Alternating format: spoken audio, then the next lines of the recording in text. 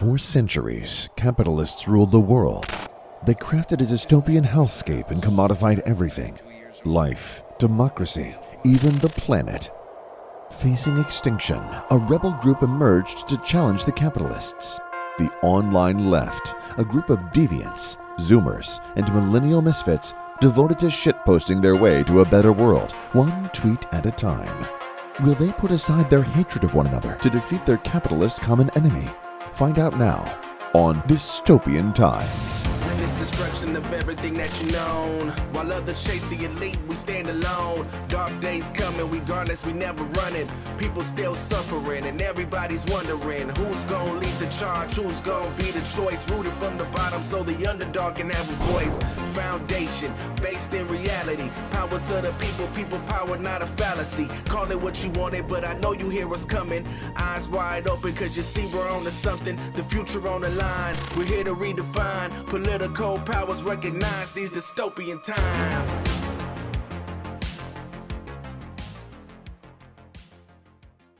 Hello, everyone. Welcome to the second episode of Dystopian Times.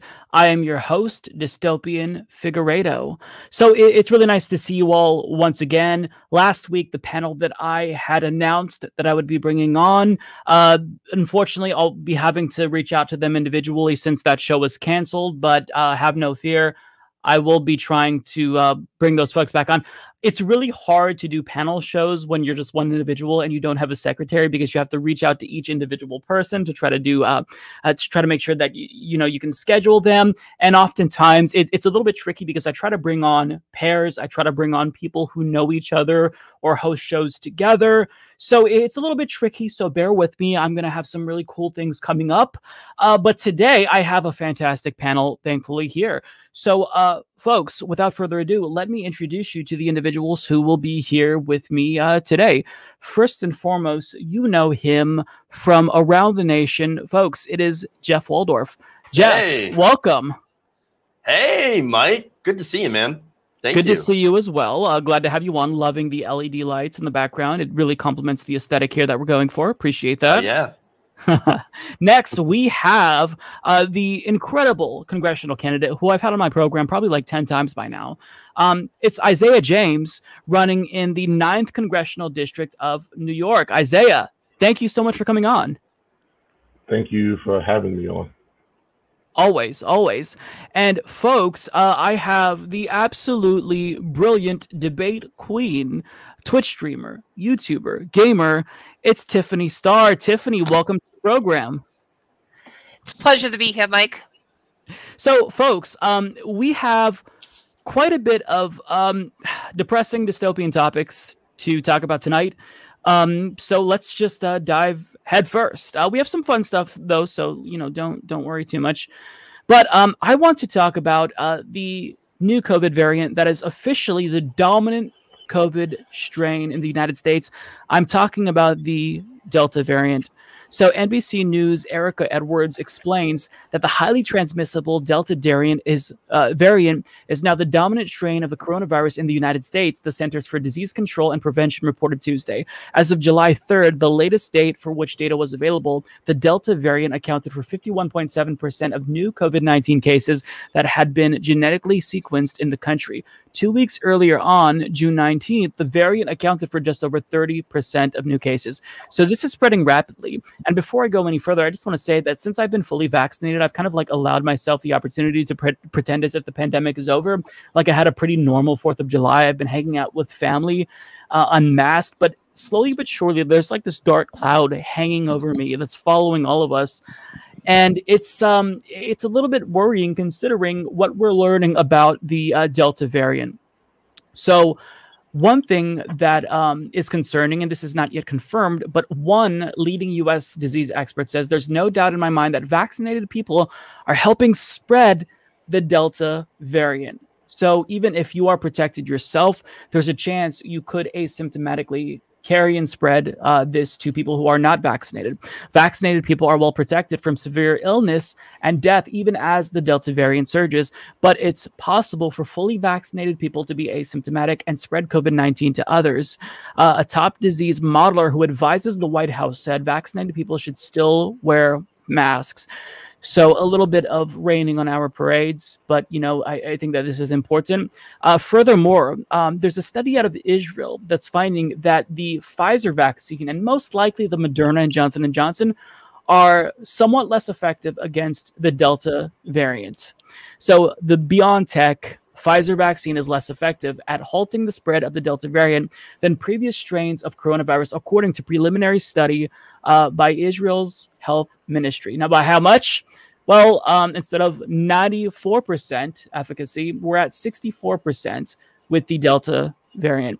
Now, if all of this wasn't depressing and draining enough, well, there's also the Lambda variant, which is actually more virulent than the Delta variant. Now, the good news about this is that this is not yet the dominant variant, and it doesn't look like that's going to be the case for quite some time. It has been found in 30 countries, as this article points out. We don't know if it decreases the efficacy of vaccines, but let's read a little bit about this, because this is concerning, because the Delta variant basically is 60% more contagious, and this one is 80% more contagious. So it's like it keeps getting worse. So if you thought the pandemic couldn't get any worse, think again. This is by Dale John Wong. An extremely viral strain of COVID-19 virus has been detected in over 30 different countries over the past month, and scientists are now worried that it may prove too resistant to vaccines. According to experts, the variant, which has been named Lambda strain, or C.37, originated in Peru in August of 2020 and has been blamed for causing the country to have the highest pandemic-related mortality rate in the world. Now, more concerning is the fact that the variant has now been found in patients in over 30 countries, while most of the infections have been confined to South America. A number of cases have also been reported in as far as the UK. Now, the good news about COVID-19 overall is that the vaccines are still very effective. The bad news is that as people aren't vaccinated, as the virus continues to circulate, it increases the likelihood that a vaccine-resistant strain emerges. So there were a whole bunch of information out there. I just want to get the responses from the panel. Tiffany, what is your take on all of this? Because I feel like we're headed straight towards an iceberg. Like, we're going to hit it. We're going full speed ahead. And it seems as if how rapidly, the virus is mutating, we're very soon going to see a strain that is resistant to vaccines, and we're kind of all back to square one. Now, note, none of us here on the panel are epidemiologists, but what are your thoughts on this? Has this brought you down, Tiffany? Speak to me, because I'm feeling really, really depressed about all of this. Listen, we're not on the course towards an iceberg. We're on the course towards like a ton of icebergs. There's so many icebergs ahead of us that I can barely see the ocean. This is how screwed we are. On the bright side, we don't have a president that's going to try and sweep this under the rug and say it's going to disappear by August. This just drives home the point that it's important to get vaccinated. While being vaccinated doesn't guarantee 100% prevention, it does defend your body from COVID-19 significantly, including against the Delta strain. Even the Pfizer vaccine, which is less effective, as you just stated, still can stave off the COVID. Although I will say that if the Pfizer vaccine is not as effective, we should probably switch it out for one that's more reliable. I'm not sure. There's so many different vaccines. Even my girlfriend, who's a biologist, she's actually working for a company making another variant of the vaccine, although she's all hush-hush about it. So who knows? But we should not just stop just because we have a vaccine, especially with all these variants coming out, which, we've been told that this could happen. There could be mutations or another strain. So we should be prepared for this. The issue is that a large portion of the population has received the vaccine, and there is still a decent amount of Americans who haven't, be it due to hesitation, fear, not being able to schedule an appointment, financial issues, or my favorite excuse, stupidity. People like the anti-vaxxers, those schmucks, or conservatives who listen to right-wing pundits saying that COVID-19 isn't a big deal and wearing a mask goes against your freedoms. So it's still possible to be a carrier even if you're vaccinated, like you said. And I don't know. I feel like we can't just go back to normal, forgetting, like you said, you were going out to parties and stuff. I feel like a lot of the country's doing that. But we can't just forget that not everyone is protected by this. And we can't forget that new strains, even if you're vaccinated, could infect you. Yeah, and your point about the decreased efficacy of vaccines, I think, is really important. The good news, and you kind of like jogged my memory here, is that there are boosters on the way. We don't necessarily know what they will or won't do, how much more effective they'll be against these new variants, such as the Delta and Lambda strains. But I don't want to be like too doom and gloom. But Isaiah, I wanted to get your opinion on this from a policy perspective, because you and I talked a couple of times throughout the pandemic last year, and you have a lot of different solutions. And I wanted to get your response to vaccine hesitancy. And what do you think we can do? What do you think is the right solution here? Because for me, it seems like we're going to be in this perpetual pandemic state as a country if we don't do something else.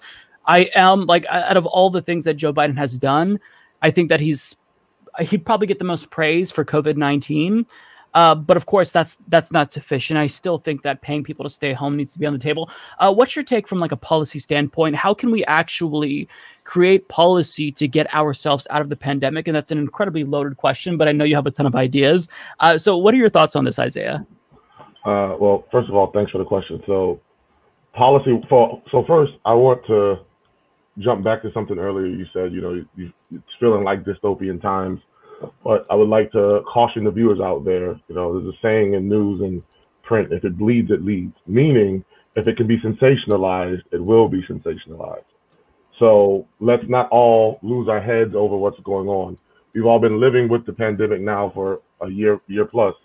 So we know that these vaccines are effective. They may be less effective than previously thought through this new strain, the Delta, and maybe even the Lambda, but they're still effective. That's number one. Number two, the flu mutates every single year. Anybody who's taken a 10th grade, biology class know that vaccines mutate. That's what they do. So this thing is going to be with us from here on out. The Spanish flu of 1918, that virus is still floating around in the world. It's just different strains of it. It has not been eradicated. So COVID-19 is that new virus that's going to stay with us. And we're going to need boosters and all these other things. But my whole thing is, why make a mountain out of a molehill? And I say that with the respect as this. One day the sun is going to burn out. There's nothing I can do about it. It's going to come. So our best and brightest are on the case to solve COVID-19 as best they can. You said it before. None of us are virologists. None of us are epidemiologists. All we can do is listen to those who are put in power and try to follow their guidance as best we could. So there is no point in losing your head over this new variant that's going around circulating and all that stuff. Take the steps to protect yourself. If you can get the vaccine, please get the vaccine. I'm double vaccinated. So is my wife, my in-laws, all that stuff. And go ahead and try to live your life, because what else can you do? Now, from a policy perspective, absolutely. We should be paying people to stay home from work in areas that aren't, highly vaccinated, such as New York City, where I live. If you look at the map, I saw it the other day, a lot of the places that have low vaccine rates, sadly, are red states that are run by Republicans, where people, think their freedoms are somehow abridged because somebody somewhere told you to get this shot to save your life. I have a news flash for every idiot out there. If you have gone to school in America in the last 50 years, you have been vaccinated with all types of stuff, and you have no idea what's in it. I promise you, these big corporations, the one thing they care about is money. Johnson & Johnson, Pfizer, none of them are trying to see their stock tumble. They don't want to put out bad vaccines. Do you know what would happen to Pfizer right now if 30 million people dropped dead from a vaccine? Their stock would plummet. And if there's one thing these people care more about than actually helping people, is making money. So they're doing their due diligence, I promise you. And the other way the vaccines work, because rich people got it before poor people. That's how they work, because they put it in the arms of all these rich people before they did poor people. So I promise, let me disabuse you of any notion that big government is trying to put a microchip in you. From a policy perspective, we can pay people, like I said, to stay home. We also, if this wasn't a wake-up call for single-payer healthcare, then I don't know what is. We had 50 separate health systems, actually more than that, because where I live in New York City, you have the New York City Department of Health, you have the New York State Department of Health, you have the different boroughs Department of Health. So we need a single coordinated plan to deal with something like this in the future. And not just that, before COVID-19, 50, 60, 70,000 people were dying every year because they didn't have access to healthcare. So if this isn't a wake-up call for single-payer healthcare, I don't know what is. If this isn't a wake-up call to let us understand that all these poor communities that have been disenfranchised and left to wither like grapes on a vine need access to technology that they can use to better themselves and better their education. You know how many kids in New York City and Brooklyn, where I live, who didn't even have access to online classes? Everybody knows my wife's a teacher. My wife literally had to call families and walk them through how to set up the iPad that New York City Department of Education provided to those kids, because they don't even have a computer at home. And a lot of them don't even have Wi-Fi at home. It's another thing to let folks know out there that Wi-Fi is a public utility. It is 2021. We should treat it as such. You cannot do anything in this world without the internet. You need the internet. So let's stop treating Wi-Fi as a luxury and start treating it as a public utility and make it free to the masses like it was designed to be from the beginning. Yeah, Isaiah, this is why I love talking to you, because not only are you like an encyclopedia, but you also have a way of like calming me down when I feel like doomer about things, because it is true. Like we can only do so much as individuals, right? I mean, we're vaccinated. We take the precautions when necessary, but constantly thinking about it, it's just going to, we're going to psych ourselves out. And I kind of did that this week with the Delta variant, when I kind of had my little 4th of July with my family and we all hung out, and I thought, is this responsible? I mean, we're all vaccinated, but at the same time, it's like, you know, it's still a little bit weird, like socializing again is strange to me. Jeff, what's your take on this? Because I feel like Isaiah is correct. Like, this is going to be something that we live with forever. It's just a matter of like, to what extent will this be a part of our lives? Will it be a daily bother? What's your take on Delta? Well, let me just say that there's not a whole lot I can add here. Isaiah, you're very, very thorough. And of course, Tiffany, excellent commentary from you as well. Right. And let me just say, like, my only concern is, and this is why I would still caution, like, wear a mask. Okay. Right. You know, yeah, if you're in, you know, if you're with a group of people like your family in a small gathering and you're all vaccinated, then yeah, Mike, you're totally fine. Right. You're going to be okay. But as far as like going to like the grocery store or larger events, I'd still try to err on the side of caution and wear a mask, because you never know. And this is what concerns me. You never know what kind of thing. Tiffany, you talk about unvaccinated people and how, and some of your chat points out quite correctly, 99% of all deaths had to do with unvaccinated people in red states. And so what I'm concerned about is what kind of variants, other variants are gestating inside the bodies of, you know, anti-vaxxers and anti-maskers, that they're going to spring on the rest of us. You know what I'm saying? Like we're going to have the Ligma variant now, you know, and that's not going to be very good. Right. Right. I am concerned. Yeah, it's a lot. I feel like when you think about this and you think about climate change, which is an issue that's coming up, it kind of feels like, you know, the weight of the world is on your shoulders. But it is nice to kind of put everything into perspective and remind yourself that, like, as an individual, you can only do so much. You're only so powerful. And last week, it was I think it was Dylan Burns who made the point on the panel that, like, if we're going to go down, we're going to go down swinging regardless. And I think that you can apply that to, you know, this virus and whatnot too. I will say, I walked into a store for the first time and there was no mask mandate. They weren't checking for vaccination status, and I didn't wear a mask. And it felt like I was naked in the store. And I actually think I will go back to wearing masks. And I will say, as somebody who has a beard, I don't have to comb my beard anymore. Like I just put on a mask and then it's covered. So also, I haven't been sick since everyone started wearing masks, just with anything, which is really, really nice. So, I mean, some of the positives, if we can extract any hope from this just awful story that's affected everyone in a multitude of ways. Okay, folks. Yeah, go ahead. Yeah, I just want to add one more thing. It was kind of nice not having to deal with people for so long. Yeah. So I'll just add that. Can I also Bofa variant? Bofa variant. Do you mind if I add something real quick? Sure. I just want to point out, not to be a doomer, but another concern I have, not just what Jeff was talking about in, having unvaccinated people spreading different variants across the country, but we just, like, going through the lockdowns was like hell. And we are now just giving people the ability back to, like, some kind of normalcy. What's going to happen if there's another strain that's even worse and we have to lock down again and immediately take that back? People are going to get riled up, and not just like people, but corporations too. They're not going to want to close down again for any amount of time because of their profits. So I'm worried about if something does happen, even if it's not COVID, even if it's another kind of pandemic.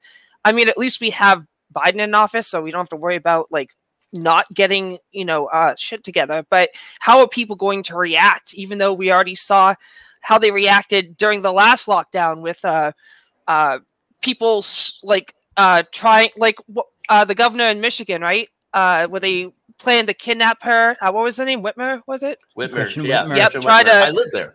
Yeah. Oh, yeah. Well, and that was just the first time. What's going to happen if we're like, haha, just kidding, you have to go back to wearing masks again? I'm worried about that. Yeah, I mean, that's the thing. It's like all the freedom that we're starting to slowly but surely get back, the peace of mind that we're getting back, like with every single new strain, I worry, is this going to be the one that is really resistant to the vaccines?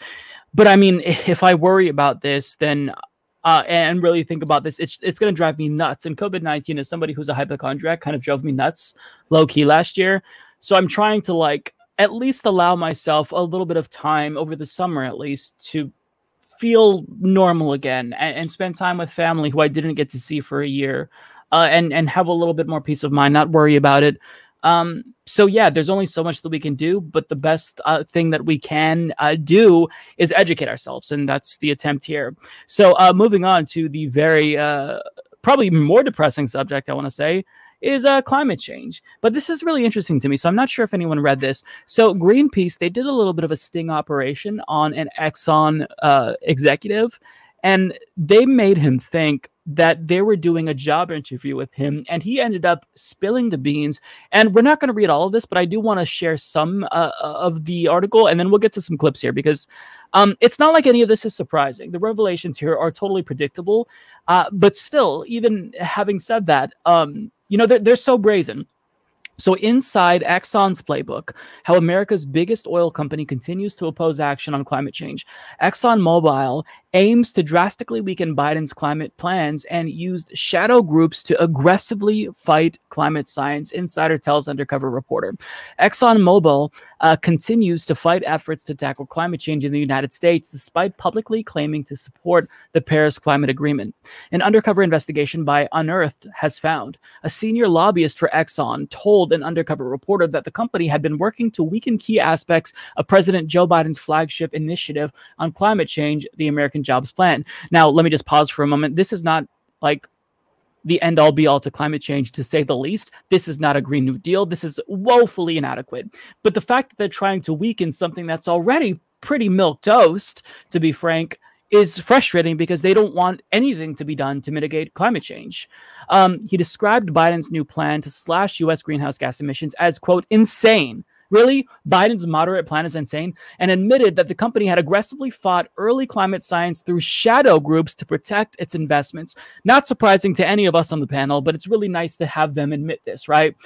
Keith McCoy, a senior director in Exxon's Washington, D.C. government affairs team, told the undercover reporter that he is speaking to the office of influential Democratic Senator Joe Manchin every week with the aim of drastically reducing the scope of Biden's climate plan so that, quote, negative stuff, such as rules limiting greenhouse gas emissions and taxes on oil companies, are removed. So if you're wondering why Joe Manchin is so apprehensive about doing anything climate related, if you're wondering why Joe Manchin has watered down effectively the American Jobs Plan and removed all of the climate elements to the infrastructure bill, here's why. It's because he's in the ears of fossil fuel funders. Now, I want to skip a lot of this and get to the clips here, because keep in mind, this is what he believes is a Zoom interview. He thinks this is confidential. So he talks about all of this. And I want to hear it straight from the horse's mouth, because I think this is really, really, this is bad.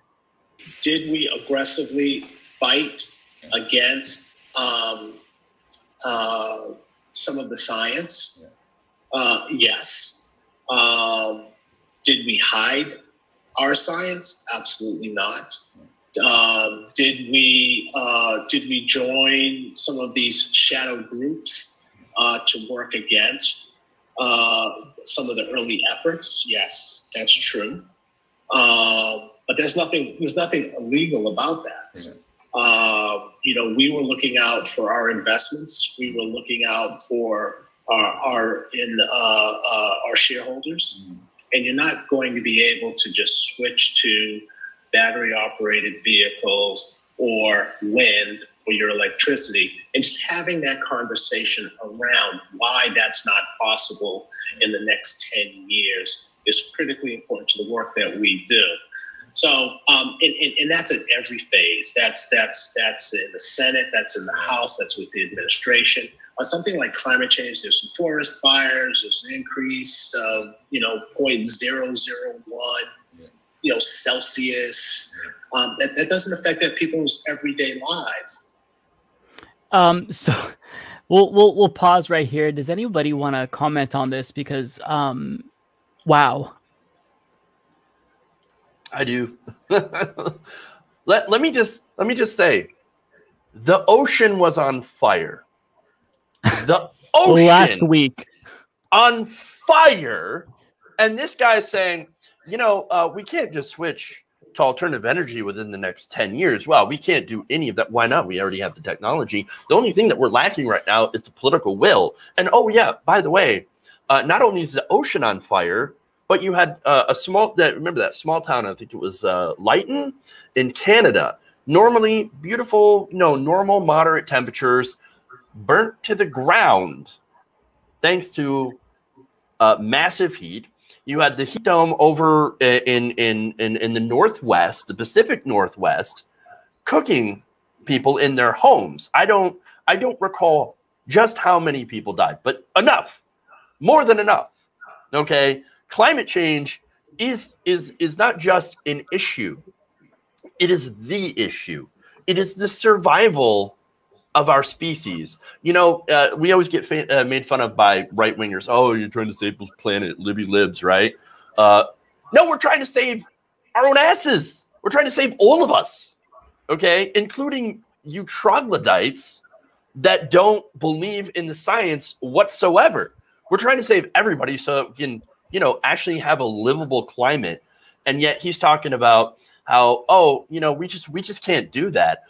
No, the only reason that we can't do that is because of people like, Keith McCoy, who gets paid in order to lobby Congress, in order to give these politicians like Joe Manchin fat bribes. It's sickening. It's disgusting.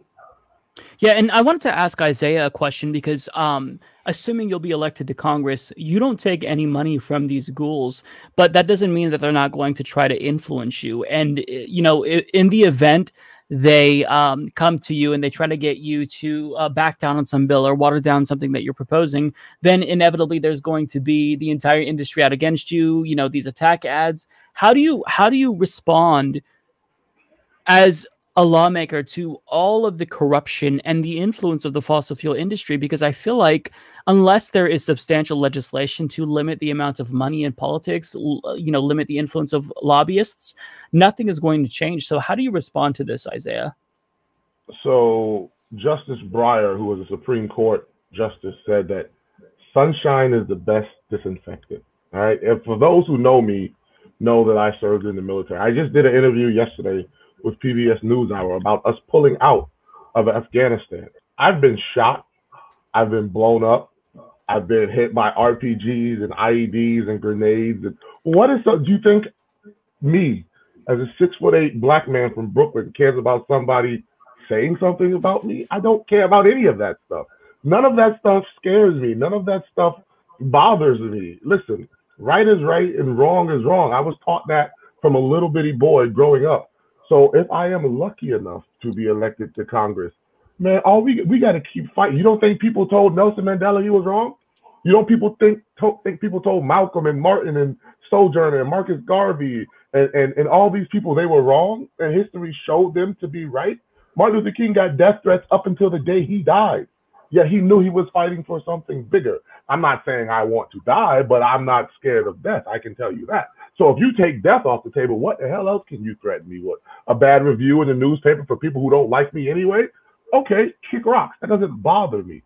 What we need to do is have somebody in Congress who's speaking out against these things, not equivocating, not voting present, not, missing votes. Stand up and vociferously speak against these things. There's a difference between a leftist and a progressive. There's a difference between a leftist and a Democrat or a moderate Democrat. So there's a huge difference. I am none of those. I'm a leftist. I believe in doing things to help the masses. I represent the fortuneless 500 million, not the Fortune 500.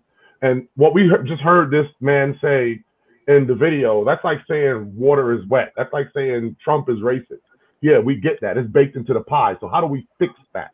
I don't need to see this guy with no goddamn neck telling me that he's a lobbyist and he's trying to kill a climate bill. I already know that's what they're supposed to do.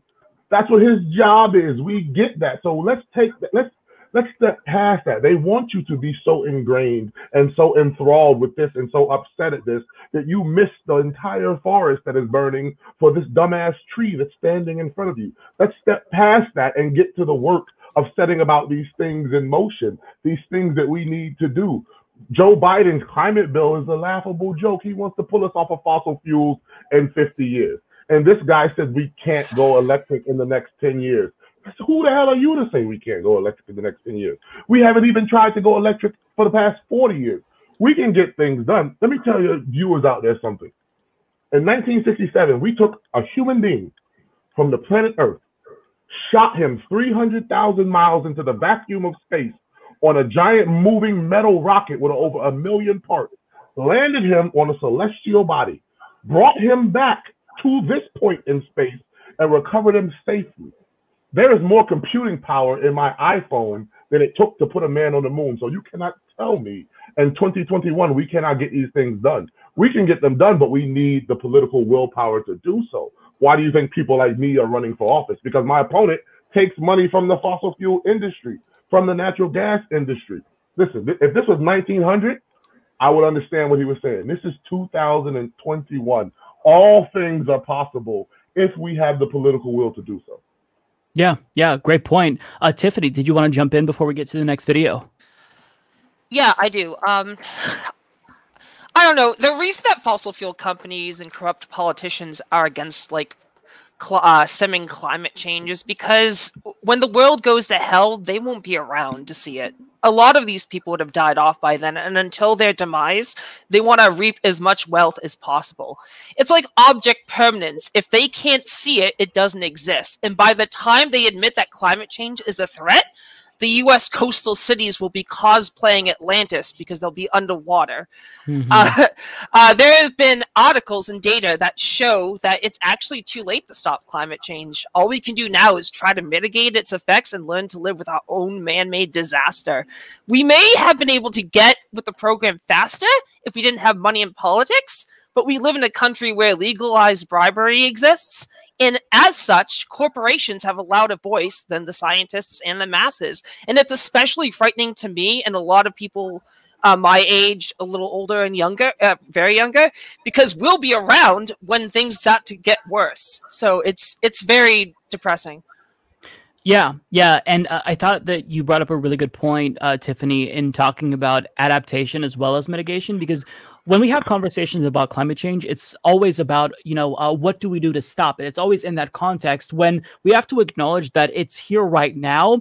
And we also have to equip ourselves with the ability to adapt. So actually, the video hasn't been published yet, but I share a photograph from my mom's backyard. So I live in the Pacific Northwest. We just experienced the heat wave, and her plants facing the sun, it looks like they were hit with a torch, completely burned. And when you start to really see things like that, and last year in Portland, we had the wildfires where the air was literally considered hazardous. It really puts things into perspective, and you think, wow, this there's no longer like this idea that climate change is coming. You really realize in a concrete way that it's right here. And there's something really, there's something about that that's like a wake-up call. It's like that, coming to Jesus moment. And I've had many with regard to climate change, the IPCC's 12-year deadline, seeing it, in the Pacific Northwest. Jeff, I think you wanted to say something. Yeah, I just want to add to add on to something that Tiffany had said. A lot of these people that don't believe in climate change or don't believe that we should do anything, they're the same kind of people, the doomsday cultists that think that, oh, no, we don't have to actually do anything because Jesus is going to suck us into heaven anytime now, any day. So you were talking about the come to Jesus moment. They literally think that they're going to come to Jesus and they're not going to have to deal with the mess that they've made on the earth, which sucks for the rest of us. Yeah. Yeah, and that's actually an issue that I've discussed with individuals in my family who are evangelical, where, when climate change comes up, it's like, it doesn't matter. We're going to be like raptured in like 3 weeks. So right. LOL, Mike. That's a different story, though. We won't go down that rabbit hole. Having said that, though, I do want to watch one last video from this sting here, if we want to call it that. It doesn't even feel like it's a sting, but it technically is. But it's really, really insightful. Nobody is going to propose a tax on all Americans. And the cynical side of me says, yeah, we kind of know that. But it gives us a talking point that we can say, well, what is ExxonMobil for? Well, we're for a carbon tax. What you said was just really interesting. So it's basically never going to happen, right? Is the calculation? Yeah. No, it's not. It's not going to. Carbon tax isn't going to happen. So this helps me understand a little bit why suddenly a lot of US oil majors are talking about a carbon tax, because it sounds pretty. Well, the cynical side of me, they've got nothing else. So it's an easy talking point to say, look, I'm for a carbon tax. So that's the talking point. That is in my mind, an effective advocacy tool. So the reason why I wanted to play that clip is because I think that this is kind of like a microcosm of a bigger issue in the United States, and you can apply this to any other issue. This is what probably a healthcare executive would say about single-payer healthcare or even a public option. And so it speaks to this issue here, and this is a bit of a broader question that I wanted to ask the panel here. So, there's a lot of things that theoretically would make climate change mitigation and adaptation legislation easier. The question is, what is quicker? And this is a very loaded question, and I don't think there's a perfect answer to it, but it's like, if we have to get money out of politics first, if we have to defeat capitalism before tackling climate change, like, what do we do? Do we go straight for climate change with imperfect political institutions? I don't know where to begin. And I think that for me is what makes this a little bit overwhelming. Climate change is one of those issues where it affects everything, right? So if there was this issue where there was pollution in the ocean, all right, well, you create a bill to tackle the, pollution in the ocean, clean up the ocean, yada, yada. But this is such a huge thing where virtually everything on the planet is touched. So I wouldn't even know where to begin. And I guess what I'm saying is, like, if it comes to climate change, in your opinion, Tiffany, what would be like the first thing that you would hope movements would focus on? And there's no perfect answer to this, but like, if you could narrow it down, where do you even begin? Sorry for the loaded question. Even if it's too late to stop climate change, we still should not give up on getting money out of politics and stuff like that. We should still strive for that. And even if it's not perfect, we have to do what we can with the system we're under. So any kind of climate change action is better than none, even if it's not perfect. But still, we should focus on getting corporations off our backs so we can actually focus on fixing the planet, where we all live. Yeah. Jeff? I mean, really, time is of the essence here. So I'm not exactly sure. I'm kind of in the same boat that you are. Where do we start? what's going to be the quickest course of action. And, you know, it would be nice to have enough members of, you know, for example, the squad and is, you know, for whatever problems they have, to push a Green New Deal. Okay. But we don't have enough of those people in Congress. And we have people like Joe Manchin, and we've got people like Kirsten Sinema, and we've got, you know, oil lobbyists, and we have the money in politics. So, but then you try to remove the money in politics, and how big of a process is that going to be? And again, you run into all these political headwinds. And you also have, you know, the Republican Party, not just divisions within the Democratic Party. And I think, unfortunately for me, not to get like super doomer, but I'm totally going to get doomer here. I don't see anything except for a major catastrophe. And it already feels like we've had major catastrophes. As I mentioned earlier, the ocean was on fire. Apparently, that doesn't seem to be enough for certain politicians to move their ass on this. And so, you know, what is it? The question is, what is it going to take? What is it going to take for them to actually get involved and to start doing something about this? And I shudder at the thought, really. Yeah. And there's no way that you're going to be able to have like a 100%, you know, effectiveness rate in terms of like curtailing CO2 emissions. One thing that I always kind of go back to in terms of like, where do I begin, is there is an article from, I believe, 2019 from The Guardian that it cites a study that concludes that 100 corporations are responsible for 70% of global greenhouse gas emissions. Mm-hmm. Now, if we stop all of those polluters right away, that's still, you know, a lot of greenhouse gases that are pumping into the air, but it's a start. So I wanted to pass the question off to Isaiah, who's more of the policy wonk on the panel and future lawmaker. What would you do? Let's say, theoretically speaking, you're designing a new piece of legislation aimed directly at those 100 fossil fuel emitters. Not all of them are American companies. Like, do you push for nationalization? Do you push for some sort of a cap? How do you actually get them to stop killing the planet? And again, like, these questions are so broad and it's hard to answer them because it's a lot. But what is your general take on that, Isaiah? Oh, you're muted. There we go. This is not hard to answer for me. This one's actually pretty easy to answer. So there are 1.7 million corporations on this planet. 1.7 million. There are over 3,500 stocks traded on the United States stock market, on the New York Stock Exchange, right? But there are only 535 people who sit in our governing body that make the bills and the laws and the rules of this country. So you want to start somewhere, you start right there at the heart. See, what we're talking about here is we're all talking in our own echo chamber of pain. We're asking the slave master to understand the plight of the slave, but they don't get it because they're on the other side of the whip and we are receiving the lashes. To them, in their mind, this all makes perfect sense because we're corporations, we're business people. This is what we're supposed to do. So we don't need to talk to those people because they'll never understand the plight of the every man and every woman around this country and around this world. You see what I'm saying? So we're speaking to the wrong people. You want to find a place to start. Guess what? The House is up for election every 2 goddamn years. Not every 6 years like the Senate.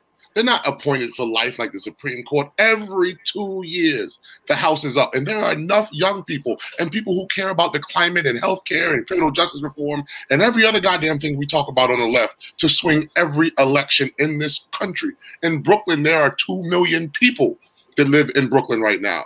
There are over 450,000 registered Democrats. If 10% of them came out and voted, we would move the needle. And that's true in every single municipality, locality, state, and every federal election. So this is not that hard, Mike. This is actually pretty goddamn simple. Will you start it? Why are you going to go to ExxonMobil to try to get them to understand your reasoning? You're speaking as a working person or a poor person. They're millionaire, billionaire executives. You're speaking Mandarin Chinese, and they're speaking American Sign Language, just going past each other. We're not even asking these people to hear your plight is ridiculous. It's never going to work. So what do we need to do? We need to extricate ourselves from talking to these folks, and we need to mobilize behind people like you and Jeff and Tiffany and myself and anybody else out there in TV land who wants to make this world a better place, and we need to push those people forward. I'm running for Congress. That's what I'm doing on my part. Jeff and Tiffany talk about politics and spread the word to the masses. That's what they're doing to their part. But all these people who are in the comments right now, they need to put their backs to the wheel, stiffen their spines, and understand that these people aren't going to concede power without a demand. Power never concedes without a demand. They don't give a damn. You already heard it. They're not going to be around when this world goes to hell. Mitch McConnell is holding up bills and he'll never have to live under. And this is not just the Republicans. If we're going to bash their side, which they so vehemently deserve, we have to bash our side too. Nancy Pelosi, they're all in the same goddamn boat. They're all rowing the same boat in the same direction. They just do it with a smile on their face. The biggest polluter in the United States of America is the United States military. Democrats vote for that goddamn funding bill every single year. Yeah. None of them stand up and say no. Joe Biden is increasing that bill right now. So listen, it's like they're bombing you with a pride flag on their plane. It doesn't make any difference. The bombs are still killing people. So we need to understand. Yeah, they just give it to you with a smile. Yeah. And a grain of salt. I live in a democratic city. Our police budget is the biggest in the goddamn world. The NYPD is bigger than some armies. And this is supposed to be Bill de Blasio. He's supposed to be a Democrat. He ran for president. Don't let him fool you. So listen, we need to create our own political will on the left. Hear me what I'm saying. This is not Democrat and Republican. The left of all of these corporate cronies is where people like us need to reside. Because if you call yourself a progressive, Kamala Harris is a progressive. Joe Biden said he was the most progressive person to ever run. Barack Obama was a progressive. Bill Clinton was a progressive. We've had years and years of progressives, and we keep getting the same goddamn outcome. So how about we try something different? How about we try to mobilize and organize and fight for the change that we know is needed? And let's just, I'm not talking to you. I'll leave you with this Voltaire quote. To try to use reason on somebody who has renounced it is like administering medicine to the dead. It's no point. Yeah, that's a great quote. Well, having said that, we've talked about two very depressing subjects. Let's get to a little bit more of a lighthearted segment, folks. This week, it is the weekly dose of stupidity, and I had something in mind, but somebody made a tweet that made this individual leapfrog the other person who was going to be featured. So, having said that, let's roll the tape.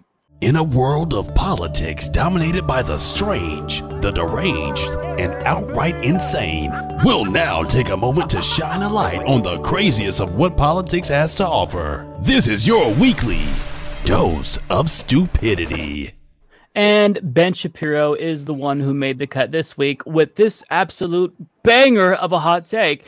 So this is basically, I mean, as a leftist, I don't think I could ever show my face in public again because this is a thorough hypocrisy burn. So he writes, the same people on the left who rant ceaselessly about expensive, supposedly endless wars with no exit strategies are in favor of the counterproductive and endless war on poverty in which we economically burned villages in order to save them. Folks, I don't know where to begin. So this tweet almost broke my brain. Actually, I'll leave it up while people let it kind of like marinate. Any thoughts on this, folks? I'll jump in on that one first. Okay. Well, as someone who's actually been to war 3 separate times on 2 separate fields of battle, both Iraq and Afghanistan, who was an infantryman, Ben Shapiro is a complete goddamn idiot. There's just no way around it. Okay. The guy thinks just talks really fast like this, and he says words to nobody. He makes a point. He doesn't make any point.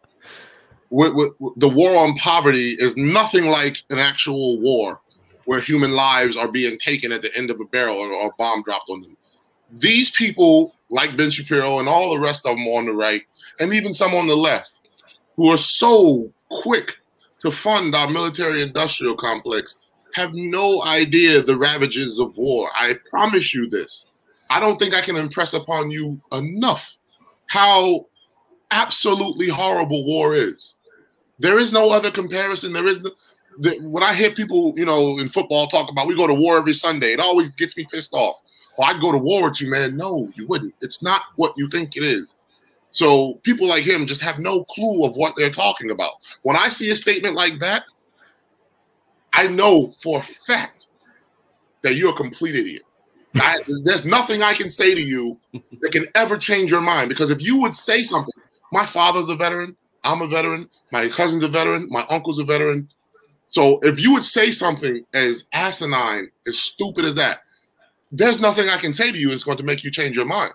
Because if you haven't contemplated the seriousness of war, then and you're just using it as some arbitrary thing to make a point for your callousness and hatred of taking care of poor people and helping poor people in the richest country on earth, then you are beyond saving, my brother. I'm sorry. You live your life, enjoy your life, and I'm going to work to make people's lives better. Yeah, beautifully put. Jeff, I know you have a lot to say. I know you're a huge fan of Ben Shapiro. What are your thoughts here? This one should have stayed in the drafts, bro. Ooh, painful. I mean, again, just like Isaiah said, you're going to compare the war on poverty, the so-called war on poverty, to actually help people, feed them, clothe them, make sure that they can actually survive. You're going to compare that with dropping bombs on primarily brown people. Let's keep it real. That's who they drop the bombs on. Now, of course, dropping the bombs on brown people happens to make white people, CEOs, very, very rich. And so, of course, we're going to keep doing that instead of actually feeding poor people who actually, need the money and need to be fed and all of that stuff. No, it really shows our priorities as a nation are so incredibly ass backwards. And to have someone like Ben Shapiro, this guy's supposedly the intellectual dark web, right? The cool kids philosophy. There's nothing intellectual. Yeah, there's nothing intellectual about that. Yeah. I mean, to these folks, they think that it is more egregious to feed people than to stop killing. Like that says so much about them.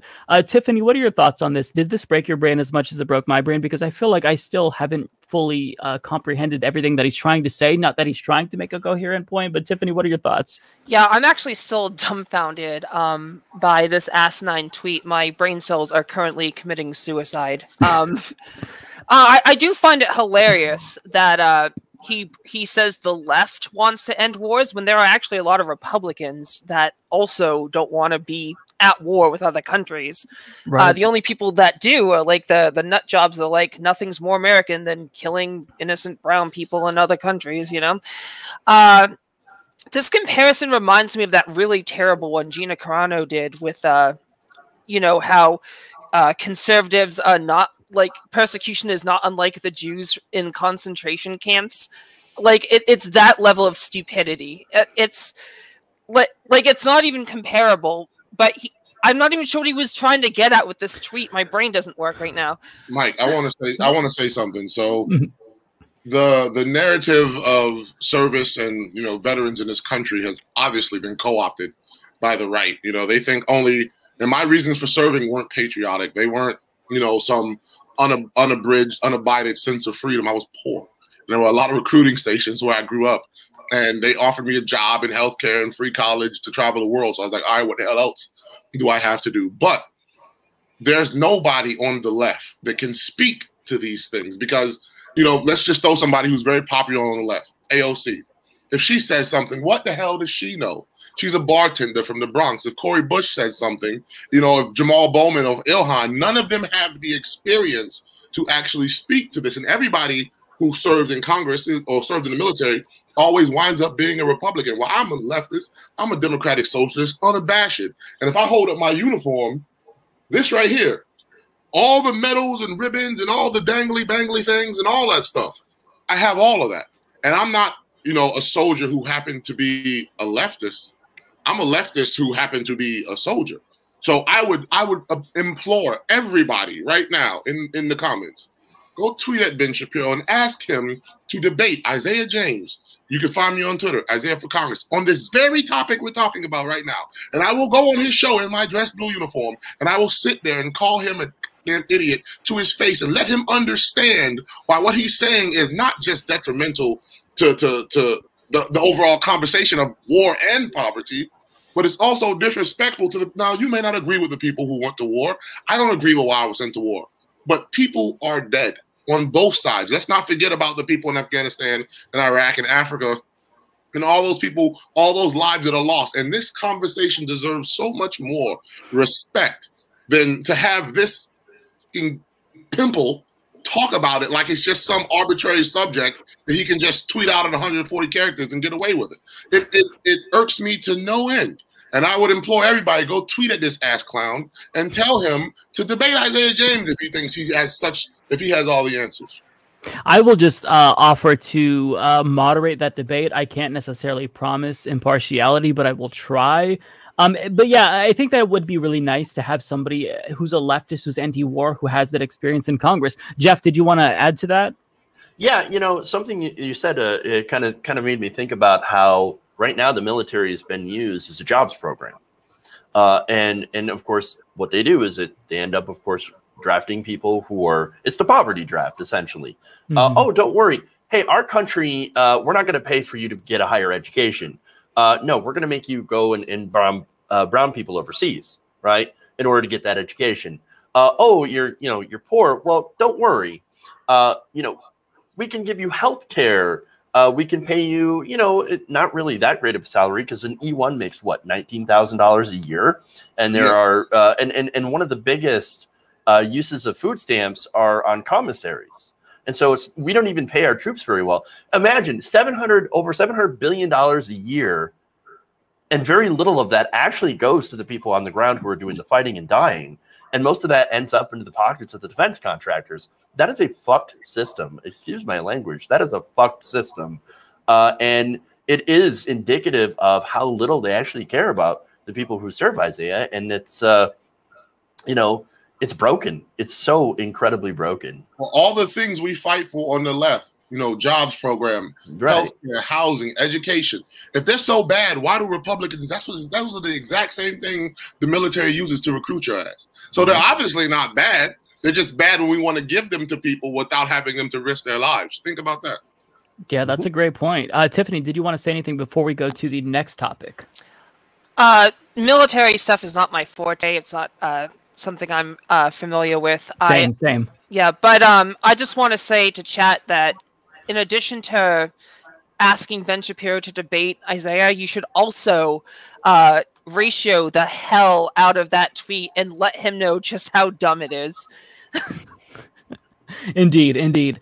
With the caveat, of course, YouTube, that we are not encouraging brigading or harassment. Just, absolutely the most lighthearted commentary. What's the word I'm looking for? Like polite commentary, I guess. Yeah, don't tweet you're a complete asshole or anything like that. Don't call him a fuckface. Don't do that, okay? Please. Okay. Can we just say that that tweet, those high-level ideas really put our brains into recovery mode. I can't even think after reading that shit. Recovery mode.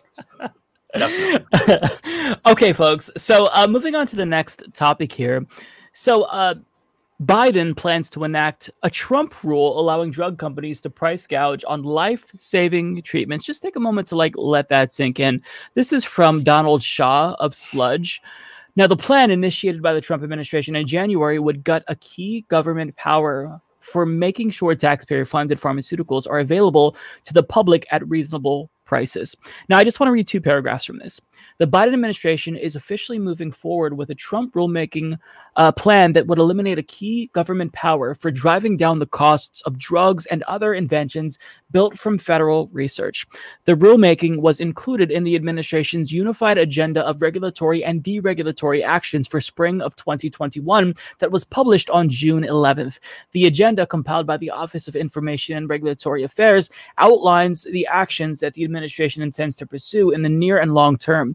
It is in final rule stage, which means its promulgating agency, in this case, the National Institute of Standards and Technology, plan to publish a final rule or an interim final rule, or to take other final action as the next step, according to an accompanying document. The rule has been assigned a final action date of October 2021. So long story short, what Trump put into place, Biden is bringing it home.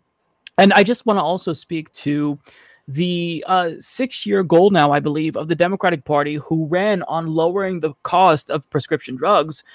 it looks like that is going to die. That I don't know that they're going to be able to accomplish that unless they're able to fit this in the reconciliation bill that's coming up, that's supposed to coincide with the infrastructure plan. But Joe Manchin is already eyeing the reconciliation plan that Bernie Sanders is putting together, trying to water it down further. So it just feels like something that could be an easy win for Democrats. They are totally fumbling.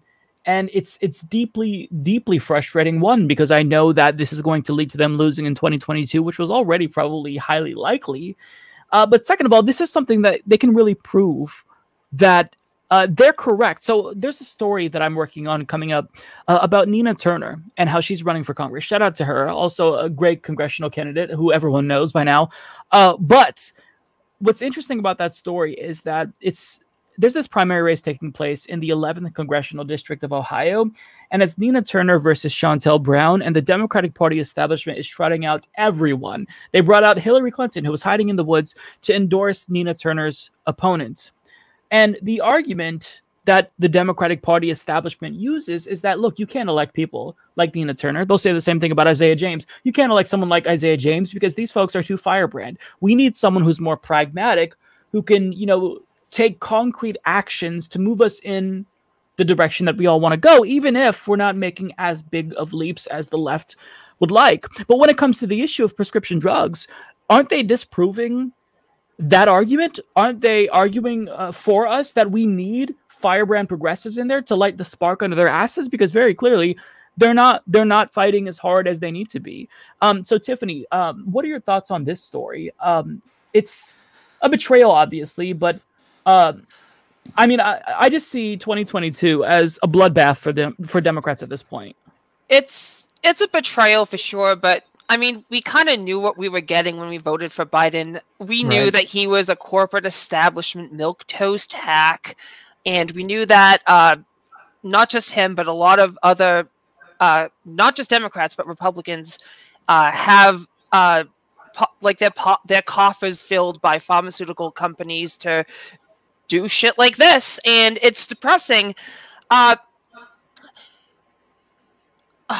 on, brain fat. I just had like a point and I totally lost it. I get that. I had that last week on the show, actually.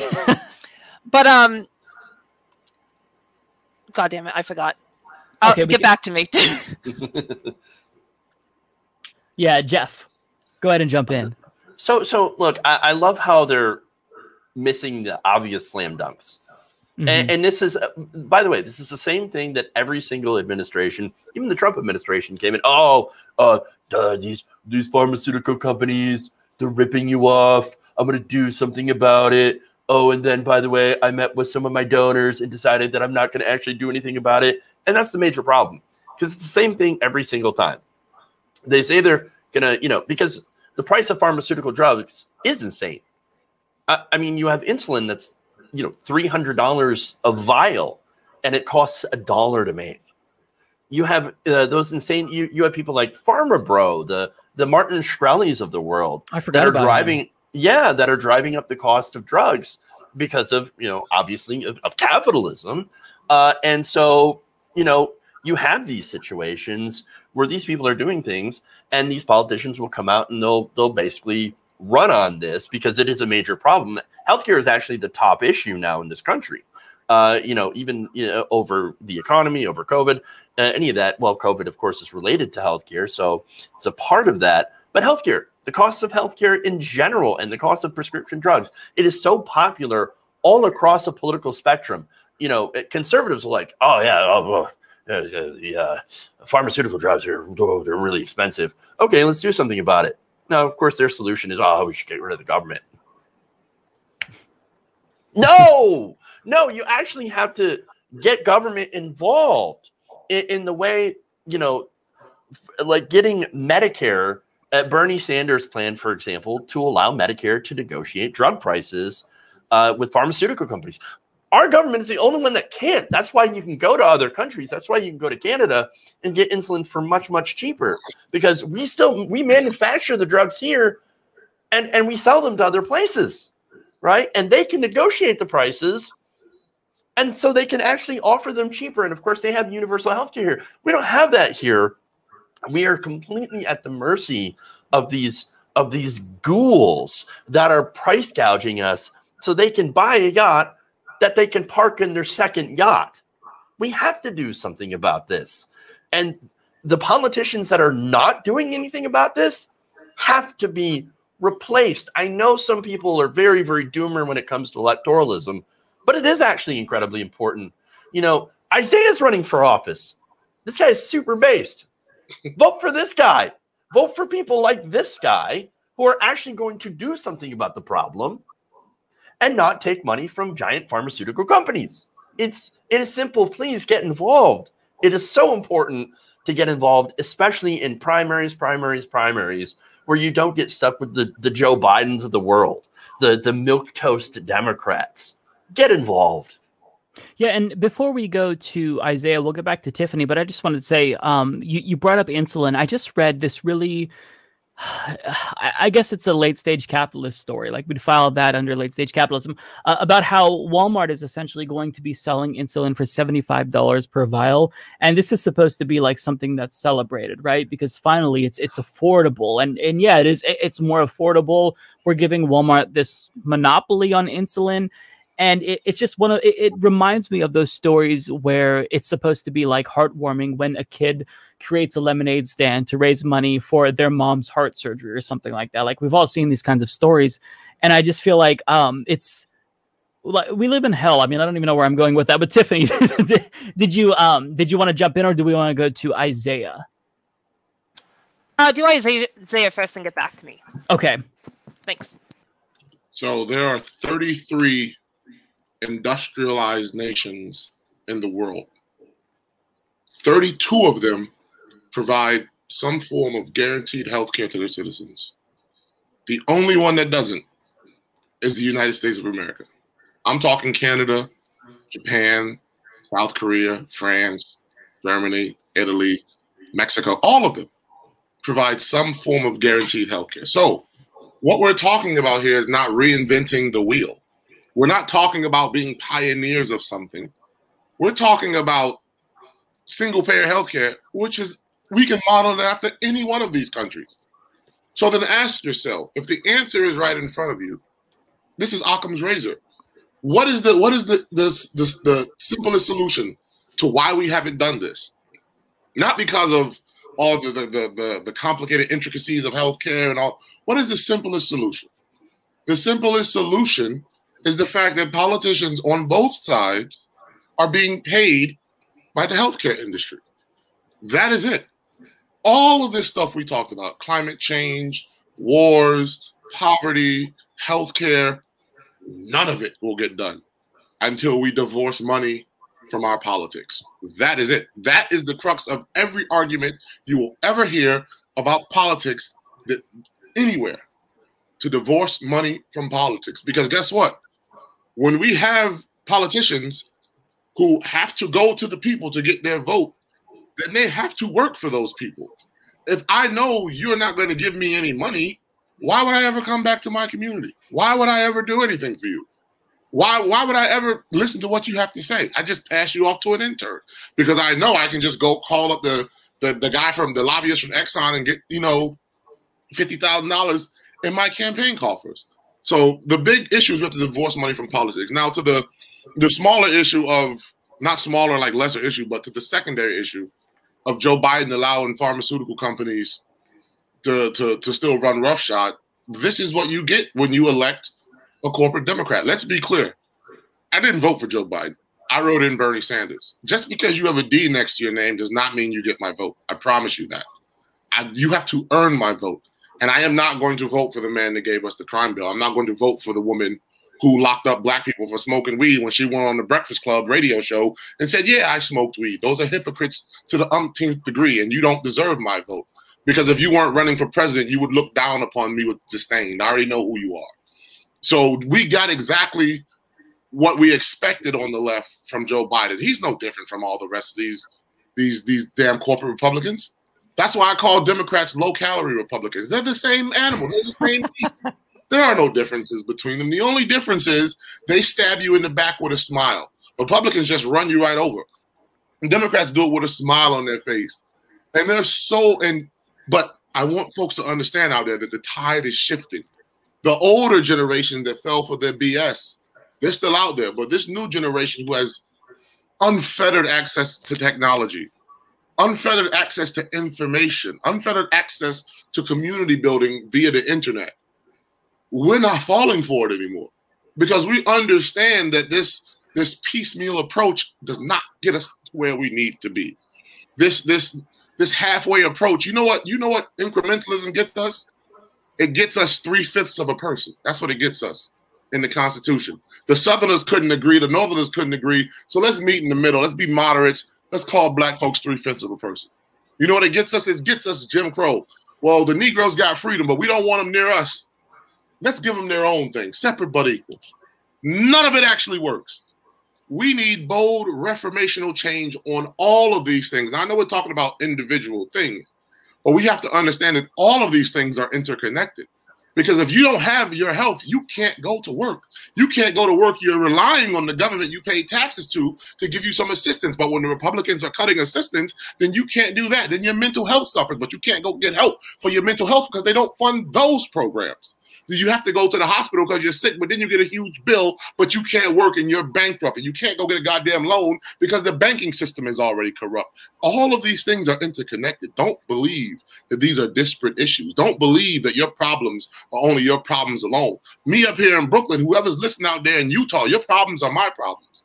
I want you to know that. I want you to know that it's going to take all of us together to turn this mighty ship that is America, because the iceberg is dead ahead. We're staring at it. It's climate change. It's income inequality. It's racial injustice. It's all these things we see right in front of us. And if we do not turn this Leviathan of a ship, what happened to the Titanic? It was unsinkable until it wasn't unsinkable. America's no different. We can slip beneath the waves like the Romans, the Greeks, the Assyrians, the Turks.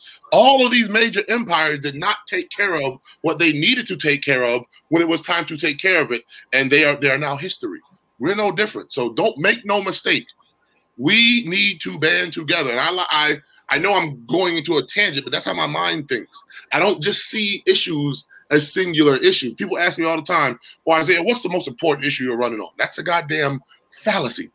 There is no issue that's more important than the other. Because if I'm homeless, that's my most important issue. If I got cancer, healthcare is my most important issue. If I got these damn $200,000 student loan people calling me every day, that's my most important issue. And all of them are the most important issue. Yeah, and I mean, we started off the show talking about climate change, and that affects basically everything. I mean, immigration, poverty, everything is interconnected. And I like that, you do have this holistic approach, because I think that a lot of lawmakers, aside from the corruption and the legalized bribery, as Tiffany eloquently referenced earlier, is that they're very short term in their thinking, right? They're thinking about what's going to get me through the next 2 years or the next 4 to 6 years, never about like what's in the future. So, it's whatever is the hot topic or the big thing that everyone is freaked out about currently. And usually it's a manufactured issue. Fox News is talking about critical race theory right now, and it's all just a distraction from the serious issues that people are experiencing currently. Tiffany, did you want to go back to your? Yeah, sorry about that. No problem. Yeah, sometimes brain cramps. It just takes time to get it back. You have. Yeah, I had a whole paragraph in my head and I lost it. But anyways. It's just rules like this that drive people to travel out of country to get their medication and surgeries. They even have news segments on how people go to Canada to purchase medicine that is required to keep them alive. It's ridiculous. The solution to this would be Medicare for all, and I'm not talking about some half measurement like Obamacare, which, by the way, is still better than nothing at all. But insurance and pharmaceutical companies are preventing that from coming to fruition. As I said before, these corporations pay off our politicians in order to make our lives harder and for them to get richer. The cost of hospital care in the United States is 2 to 3 times greater than in most similar countries, despite us being the wealthiest country in the world. There is no good reason why our healthcare system should be this broken. I don't have the study on hand, but I remember something like 80% of Americans can't afford an $800 emergency, and that's ludicrous. That shouldn't even be an issue in the richest country in the world. So, like Isaiah said, we need to band together and push back, because we can't live like this. Yeah. Yeah, absolutely well put. Okay, folks. So what we're going to do now is we've got one major story left to talk about, but we're going to take a quick 2-minute break to focus on our featured content creator of the week. This is an individual who I think a lot of people already know. I've been a fan of him for quite some time. So let's go ahead and we'll watch something that you should definitely check out.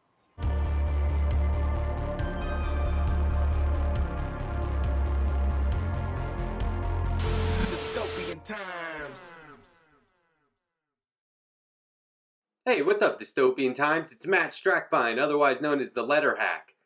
Now, I think most people who follow me on Twitter know me as that guy who's always making comics about Sam Cedar and the Majority Report. But I have two goals, really. One, I want to promote as many leftist media types as possible. And two, well, I just want more people to read comics. Now, I try to watch all the shows. The Humanist Report, Rational National, Secular Talk, Like It or Not, Status Quo. I try to watch them all because I like what they have to say, and frankly, a lot of these people make for some pretty hilarious content. This year, I'm self-publishing an original graphic novel called Milagro. It's written by Guillermo Zagara with art by Ross Radke and myself. It's the story of a failed luchador living on the streets of Mexico City in self-exile. It's a contemporary fight comic rated BV for brutal violence, but it's got a lot of heart and soul. I like to say it's a story of a wrestler, not a wrestling comic per se. But we brought on a consultant who's an actual wrestling coach and the founder of the Catch Wrestling Alliance in order to make sure that we get all the fight choreography just right, but also to make sure that all the moves are as brutal as possible. We're also using a translator to help us out with all the Spanish dialogue. Milagro is a thoughtful tale grounded in reality, and it's a story of what it takes to be a hero when all you know how to do is fight. The Milagro Kickstarter is live as of July 5th, so you gotta get on it and consider backing us. If you can't back us for some reason, please share the link far and wide. We have some great rewards for you, like sticker sheets, art prints, and also full-color digital portraits by myself as an add-on reward. For all the info you'll need on Milagro, head on over to our Twitter profile at Comic Milagro or my Twitter profile at The Letter Hack, where we have all the links that you'll need to back the campaign, plus tons of behind-the-scenes artwork. Once again, the Kickstarter is live and running through July, so you gotta be quick. Thanks again for the support. Left is best. Read more comics.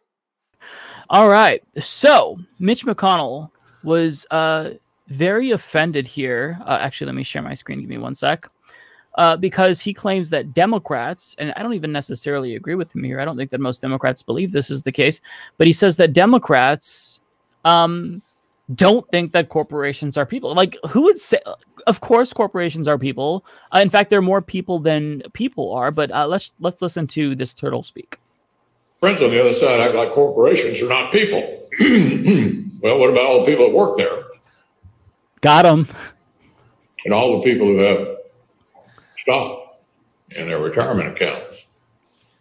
Our friends on the other side act like corporations are not people. So that's basically it. I mean, it's Mitch McConnell. He basically, I mean, what is like 7 layers past bootlicking? Or like what? Like there's bootlicking isn't the appropriate word for Mitch McConnell. There's got to be something more, because I mean, it's not like this is surprising because this is the Republican Party. This is both parties for the most part. But to be outraged and brag about the fact that you are the party that believes corporations are in fact people as some sort of a gotcha, to me, I feel like that really is like truly dystopian. Tiffany, I'll go to you because I know that you said that you were looking to talk about this. Go ahead. Yeah, he's not licking the boot. It's firmly up his rectum. He's just, it's comfy there. He loves it. Every time Mitch McConnell opens his maw, I can't help but roll my eyes. Corporations are run by people, but the company itself is not a sentient being worthy of personhood. And honestly, I think Mitch McConnell knows this. Otherwise, he would be more concerned about corporations and billionaires not paying their taxes.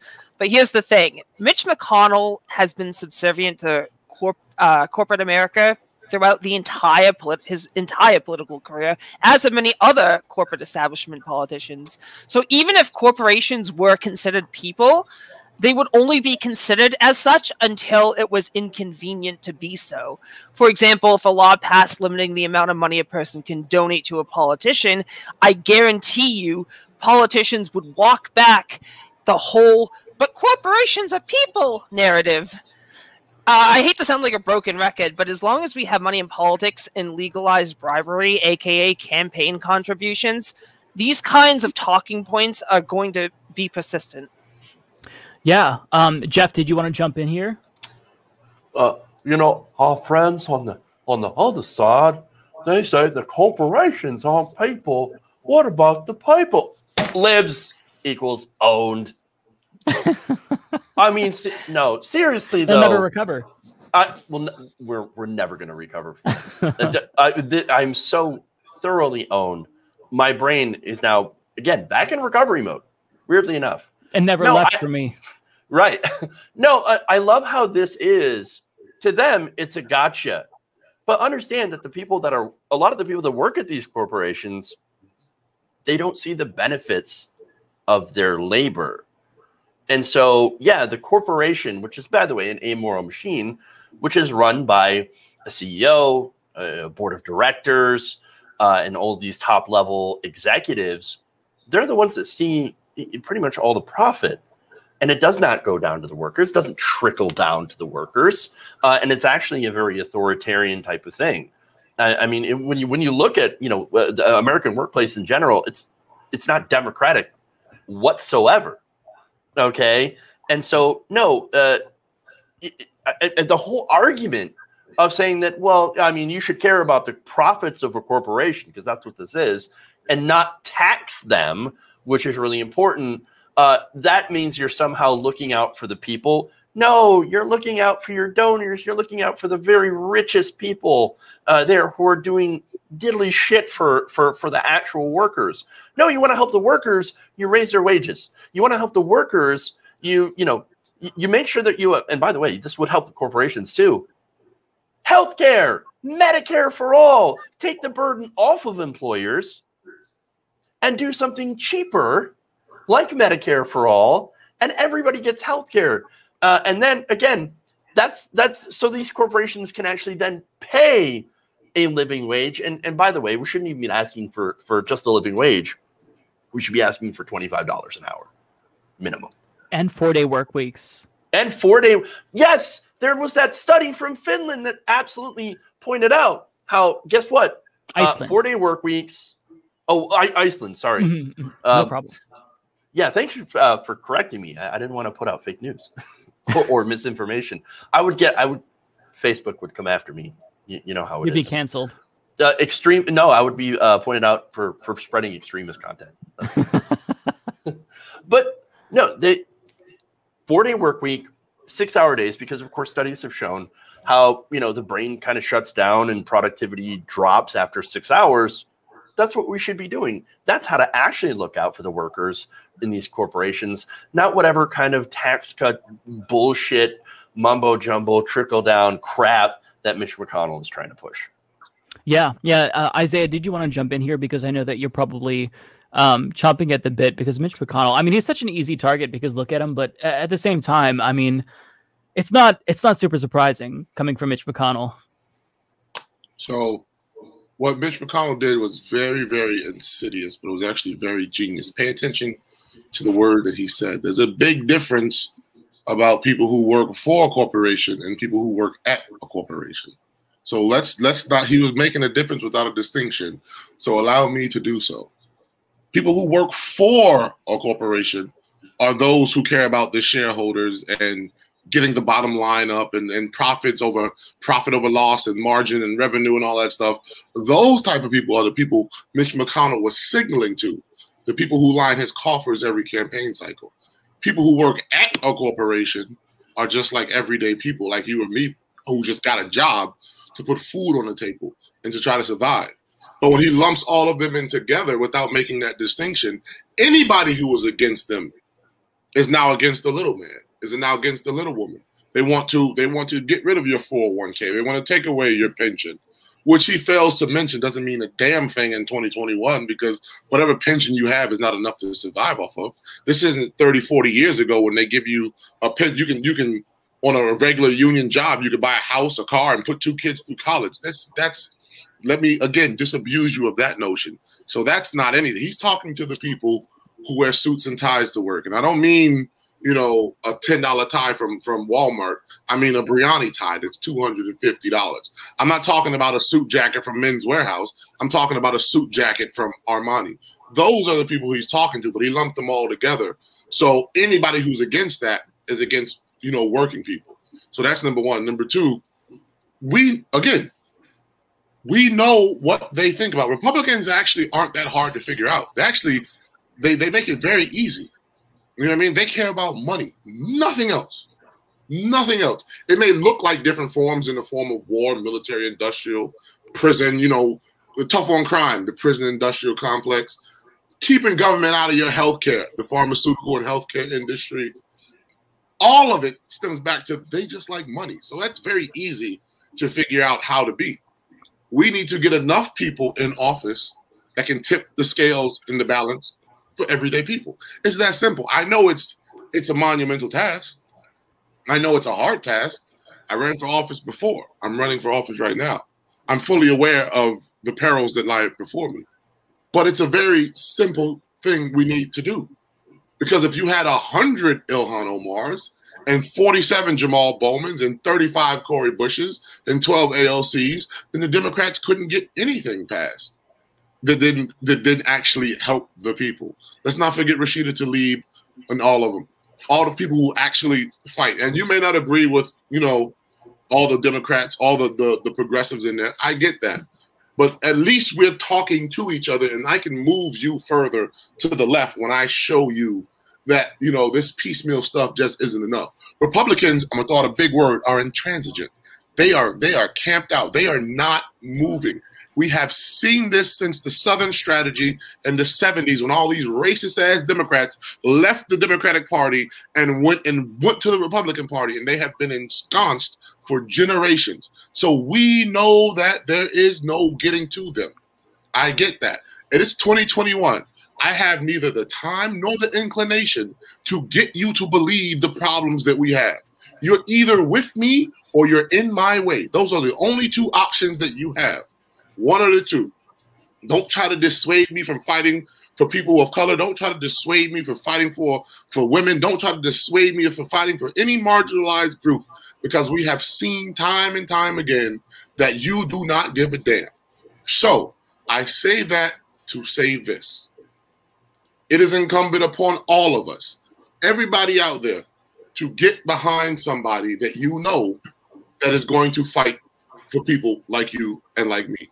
That's as simple as I can make it. I mean, it sounds very complicated. Let's remove all of it. As simple as I can make it is we have to be the change we wish to see.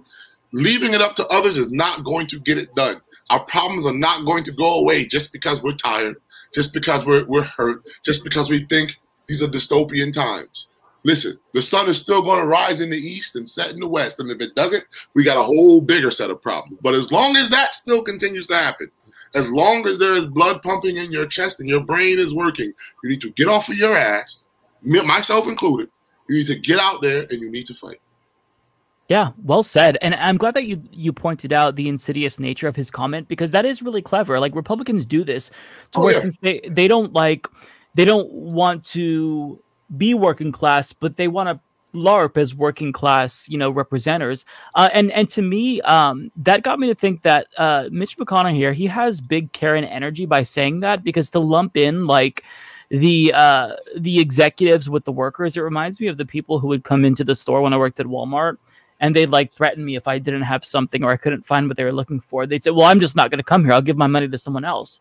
It's like, I still make minimum wage regardless if you leave or not. So that's such a Karen thing to say. And, that's a big Karen energy from Mitch McConnell. So, yeah. All right. Well, folks, listen, the panel here has been absolutely incredible. every single one of you are incredible people. And before we go, I want to give you the opportunity to promote and plug yourselves and tell the people where you're at and what you're doing. We will start with Jeff. Hey, thanks. You can see, of course, my Twitter handle is on that little bar down there. And you can check out my show on YouTube. Actually, I do YouTube, Twitch, Facebook. I stream. I don't cross the streams, but I do a bunch of streams. And you can go and on YouTube, subscribe to my channel, youtube.com/WaldorfNation. Jeff_Waldorf on Twitch, and Jeff Waldorf Show on Facebook. And that's where you can find me. And folks, if you're not subscribed to Jeff, I mean, what are you doing with your life? Definitely do that before leaving. And then we have, of course, the incredible Tiffany Star. Tiffany, where are you at? How can we watch more Tiffany? Thanks for having me on, Mike. It's good to finally actually meet you. Yes. And, if you ever want me back on, I'd love to. I had a great time tonight, and this panel was great. Jeff is always awesome, and Isaiah is super inspirational. He makes me want to run for office, except I can't for various reasons, but I'll tell you about it later. But you can find me on YouTube if you like politics. I usually dunk on anti-SJW, gamer bros, TERFs, conservatives in general, so it's a lot of fun there. And that's Tiffany Star. Just Google Tiffany Star. There's 2 R's in Star, like it says down there. I know with my accent, it sounds like there's no R's because I'm from Boston. So if you want to follow me on Twitch, it's XXX Tiffany _star XXX. And I mostly do video games there. I'm not going to lie. I do politics sometimes, and I do a lot of panels. Like, I'll go on Prime K's panel, or I'll go on Mike's panel, I guess, now, and Dylan Burns, all great people, by the way. So I'll do panels, but more often than not, you'll probably find me raging at a video game and cracking inappropriate jokes. So if you like that kind of stuff, be sure to follow me on Twitch. And you can find me on Twitter at TiffanyStarXXX. And thanks for having me on again. Absolutely. Can't wait to have you back. And of course, Isaiah James, who we will also put out a call to action for. Folks, this is an active congressional candidate seeking public office. So now is the time to get involved. But I mean, I'm going to let Isaiah make the pitch because nobody says it better than Isaiah. Well, thank you for the lauded praise. Thank you to Jeff and Tiffany for sitting here, listening to me ramble. Thank you to Mike for putting this together. And thank you for everyone out there who's watching, who will stream this, restream this, and all these things. Like you said, I'm running for Congress. And I don't know if the folks here just wanted to tune in tonight to see, their favorite person, or if they're actively engaged in politics or not engaged in politics. But I promise you, those who are in power want you to be disillusioned with the system.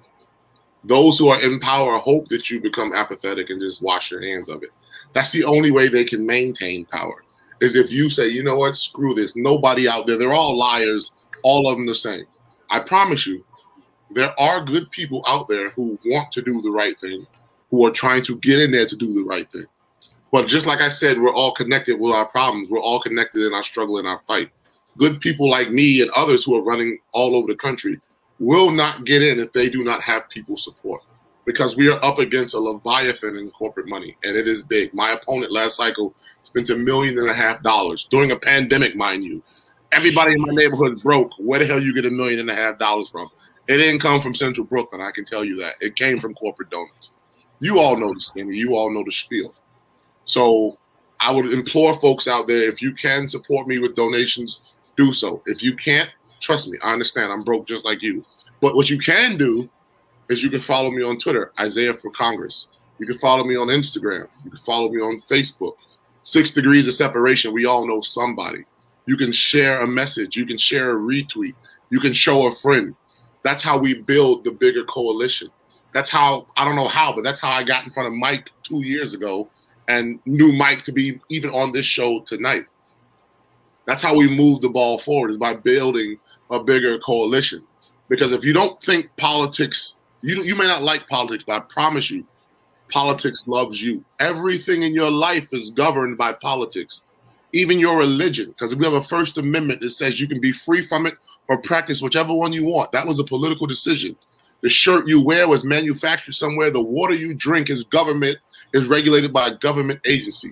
So if something is going to have a say in every single aspect of your life, then you damn well better have a say in it too.